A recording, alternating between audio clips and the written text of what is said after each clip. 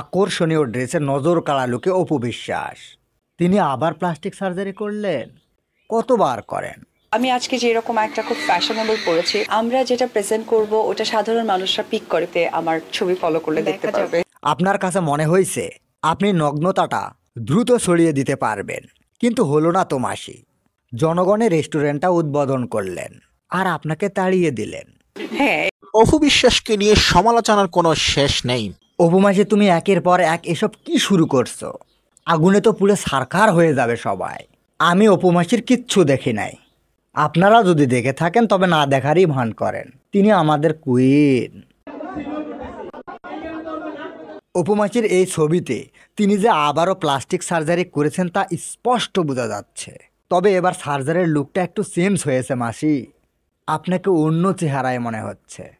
আর এখন যেটা হয় যে নারীরা ঘরে বসেও কিন্তু নানান রকম কাজ করছে। মিম ম্যাডাম, আপনার কথা শোনার পর হয়তো প্লাস্টিক সার্জারি করে থুতনি বড় করে ছবি তুলে ফেসবুকে ছাড়ছে অপু মাসি। ব্যাস, এতে ইনকাম হচ্ছে অপু মাসির।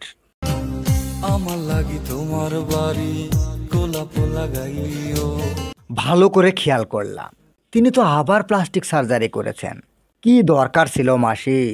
আপনার ন্যাচারাল রূপটাই সবচেয়ে ভালো লাগতো। আমি মনে করি অপু মাসির ন্যাচারালটাই ভালো ছিল। আপনি কি মনে করেন? প্লাস্টিক সার্জারি করে গালের দুই দিক দাবিয়ে ফেলেছেন অপু বিশ্বাস, আর এতে করে সৌন্দর্যে উৎকট একটি লুক লক্ষণীয় হয়ে উঠেছে। এই মানুষটাকে আমার অনুষ্ঠানে ফিতা কাটার জন্য এনে আমি অনেক খুশি। দেখতে তাকে অনেক কিউট লাগছিল, কিন্তু পরে খেয়াল করে দেখি তিনি আবারও প্লাস্টিক সার্জারি করে থুতনিটা কমিয়ে নিয়েছেন। আমরা গ্র্যান্ড ওপেনিং এ এসেছি, ওনাদের কালেকশনগুলো নাকের সোজাসুজি, আবারও নাকের সোজাসুজি, একদম চিত্রা নদী।